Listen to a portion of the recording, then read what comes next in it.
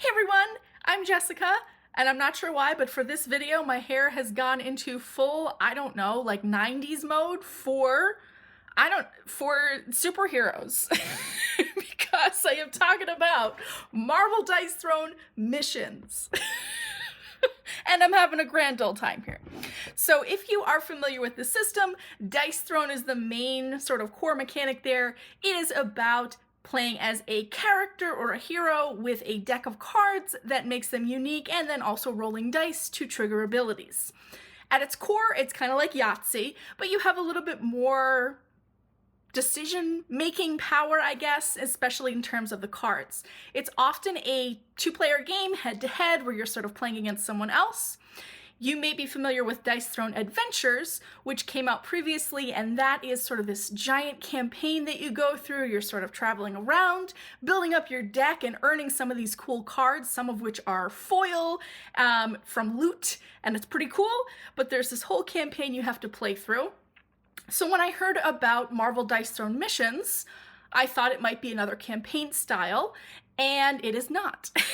That is a nice part about this, is that it is more of a one-off sort of episodic, almost like a TV show, if you will, where you can kind of play as you want to, and you're also not stuck with a single hero. So you can swap out who's playing, and you can go through in any order, and it's actually pretty neat. It's a very fun system. If you look at the rulebook, it's a nice large one that fits in the box, but it's also not, there's not a lot in here. There's just a few pages, and it covers pretty much everything. You've got a reference chart for all these different status effects and tokens that might come into play. And at its core, though, what you are doing is you're going through these missions, going up against henchmen and villains that you will be familiar with if you know Marvel. If you do not know Marvel, like myself, I have a very limited knowledge of it. You are not at a disadvantage, though, because it has like a little bit of a backstory that goes with it, but you also are not required to create these matchups that are within the fiction. You don't have to follow exactly what it would be, and these are the missions. So they are these trifold boards, and you'll recognize a lot of the different villains on here. And so just to give you an idea of what that looks like, you'll choose one of these missions. I believe there's 20 that are included. And the first part, so let's just say this is the tutorial mission. We would say we might do that. They're trifold mats. And so on one side, you're gonna have this, and this will lay out on the table. You will have this type of mission, and where is it? Over here. So many reflections. If I fold it up slightly, though, just to give you an idea of the information on there, you're gonna have a little bit of a backstory, you'll have a main objective, and then also a perfect reward if you do something a little above and beyond. There's a bonus for doing that. And you will have a board where you're going to be moving around on there. You'll see different henchmen, and then all of them sort of have different abilities based on the dice rolls, and you can kind of see what's going to happen on there. The other neat thing, where is it, is this crisis clock over here, which is going to start in a random position, and then at the end of each round, something will happen. Some ability might trigger, there might be something that forces you to discard or lose something, but you'll basically follow through on here. And on all of these sort of spaces that have that's where you're going to put boost tiles. And there's a ton of these. I'm just going to take out like a handful. They look like this. And then on the other side, you'll see what a lot of these are. These are usually face up, but that might gain you momentum, which I'll go over in a second. You might heal up a little bit. What's another one? You might be able to draw a card. So this actually gives you some strategic positioning where you want to go, where you're going to gain a bonus. But also, you typically need to be within melee range to actually attack anybody when you're playing through with your normal standard Dice Throne type abilities. So you will first start on that side, and once you complete that, that's when you'll flip this over, and that's when you meet the boss. And you'll have a sort of a modified battle with this one, where you'll see, so the boss is going to have their own different abilities down here. They have their own crisis clock with different abilities that you can kind of plan for, which is nice because you know the pace that it moves at. So if you know that something's coming up that could be terrible for you, you can hold off on doing something that would make it really bad. And then kind of going around here, you'll see that a lot of these spaces have numbers, and that's because the boss will be rolling dice. There's 2 red ones though, so then you will place boost tiles face down on the ones that match those dice. And what that does is it adds bonuses out to that area. But if you are standing on one of those, or if you have picked them up, you don't get to see them until the end of the round, and there is a critical hit that the boss can do. So there's a nice trade-off there of, do I want to go for these bonuses? Do I want to get something, or do I not want to? Not want to take that extra damage. So I have been playing through this. Another nice thing, if I can find it, I just took this, there it is. There's a lot of these. And I will say they are neat in that they fold up nicely. And I mean, you have a ton of these. There's like 20 of these. I keep pulling out the same ones. There we go. Sebastian. They take a little fighting with to get them to lie flat, and the boost tiles kind of slide off a little bit. It's not that big of a deal. It hasn't been that bad for me, but just something to note. You kind of have to bend them slightly to get them to lay flat.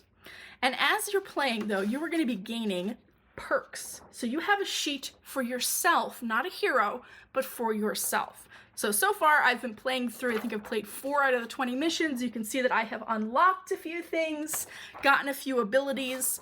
The other nice part in the back of this perk sheet is it has all of those missions listed. You can play in this order, or you can go in whatever order you want to. I am doing it in order, but if you wanted to start with one of the really difficult ones, you could start over there. Totally up to you. That's the other nice part. It is not a campaign, so you're not forced into playing through and sticking with anything.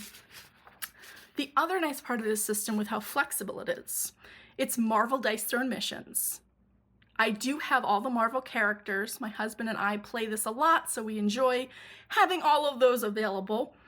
But when I decided to play through this and start with a hero, I said I can choose anybody that I want. I know exactly who I want. Santa. So I have had Santa taking on Marvel villains, and it's been fantastic just having laughs about him, putting people on the naughty list, and having fireside chats about life with these henchmen. That is the fun part of this, though. It is prone to swinginess and randomness because, again, at the core, it is rolling dice and trying to meet these different abilities. If you've never seen Dice Throne, a lot of people are familiar with it, but just to show you what a character board like Santa's would look like, you have all these different ones, and you'll see that there are symbols that you're trying to match to trigger these different abilities. And then you'll get to do that. Also with them, they have their decks of cards where you can sometimes upgrade these abilities to either make them better, or you sometimes get different combinations that might show up on your dice, and that's how you trigger these. So lots of randomness, a little bit of luck there. I should say a lot. A lot of luck, but using cards and saving up your command points to use at the right time, potentially for a card that lets you re-roll or doing something with like ability tokens, that can be cool, and you can do that. But I have been enjoying this a lot, and after 4 missions, I decided to take a break from it. It doesn't feel like something I want to just non-stop play through 20 missions, which is not a bad thing at all, because I think the part that I'm trying to get across, or the point I'm trying to get across, is that it's not one of those campaign games where you have to play it, or if you step away from it, you're going to forget what's going on, and you're going to be like, oh, I got to start all over again. No, this is a lot more casual, a lot more relaxed. You can play in whatever order you want to. You can replay the same mission if you want to. There's not really a ton of variety in, what you'll see, but there's nothing that is like secret information or something that was unlocked. The only things you're unlocking are those perks that I talked about on your your player perks sheet. Oh, and then the other thing I didn't mention was momentum. Actually, let me get out the other cool part of this, which I should have talked about before, but we're getting there. The other cool thing is momentum, and what momentum, you typically will gain that either from those boost tiles or from clearing henchmen or enemies. You'll gain a little bit from that. And at the start, you're going to have a low-level momentum card, which means that you can't really do much with it. You can either make an attack ranged so that you don't have to be adjacent to an enemy, so that's useful, or the other cool part is allies. So you can recruit an ally. When you're low level though, you can only have one at a time, but each ally is going to have some cool ability. For Nick Fury here, you would actually gain shield from recruiting him, and then there is an ability there, and also an exhaust ability. So if I wanted to, exhausting means taking the ally out of the game, but then you would be able to use a more powerful ability. There are a ton of allies that you'll see in the deck. I have some of the promo cards that are mixed in here as well, which came with this, I think. I was a Kickstarter backer, so it may be that those were included with that and those are separate now, but there's all different types of allies that you can recruit that do cool things, and you'll see that there's a cost to recruit them. So some of them are, Professor X only requires 1. Other ones require 2, and I think there's Havoc that costs 3. So there's a ton of these though, and only 3 of them come out at once. So with that many, you don't get, you see a lot of different ones, and it's kind of fun just to have different matchups. In my games, for some reason, Santa has been teaming up with Ant-Man. So I don't know, maybe that's the next comic book arc, is Santa and Ant-Man taking on the world. I've really enjoyed this system though, and I mean it's nice too. Like this is included inside the box, so all of the tokens and everything they go in here. What did I want to note about this? There are, let's see if I can do this without knocking anything over down here. There are these double-sided health tokens that go on henchmen and bosses. They're a little underwhelming in terms of, the overall aesthetic of everything else, because you get really nice, like the boss type dice. See if we can get those in this. But they're nice. They're marbled. Here are the red ones that I was talking about. And you get, momentum that you're going to be tracking, clear tiles. There's cool things. So those were a little bit like, okay, it works, but it's not anything special. It's not really a complaint though. That's like a super minor little point. And that may also be because I think we picked up acrylic tokens for another Dice Throne product. So having those compared to acrylic, there's not a lot of a comparison.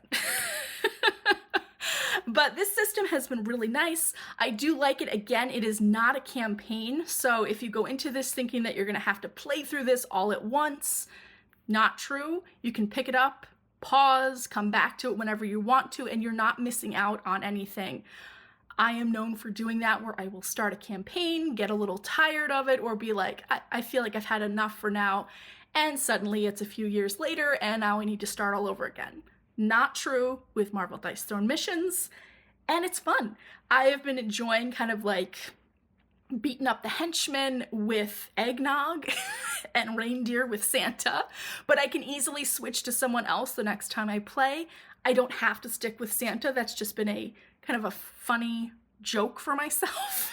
I like to have fun with my games, and that seemed like a way to have fun. I laughed a lot, so I think mission accomplished with that one.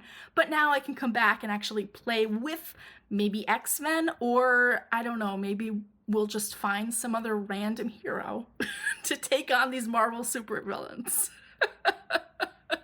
But that again is Marvel Dice Throne Missions. Really awesome product. I love all of the Dice Throne stuff, but this particularly is great for enjoying it solo in a way that is just nice to be able to pick up whenever I want to and not feel stuck in an ongoing campaign. I'm having a great time, and we will see who else Santa can take on next. Thanks so much for watching, and I hope you get some great solo games to your table soon. Bye!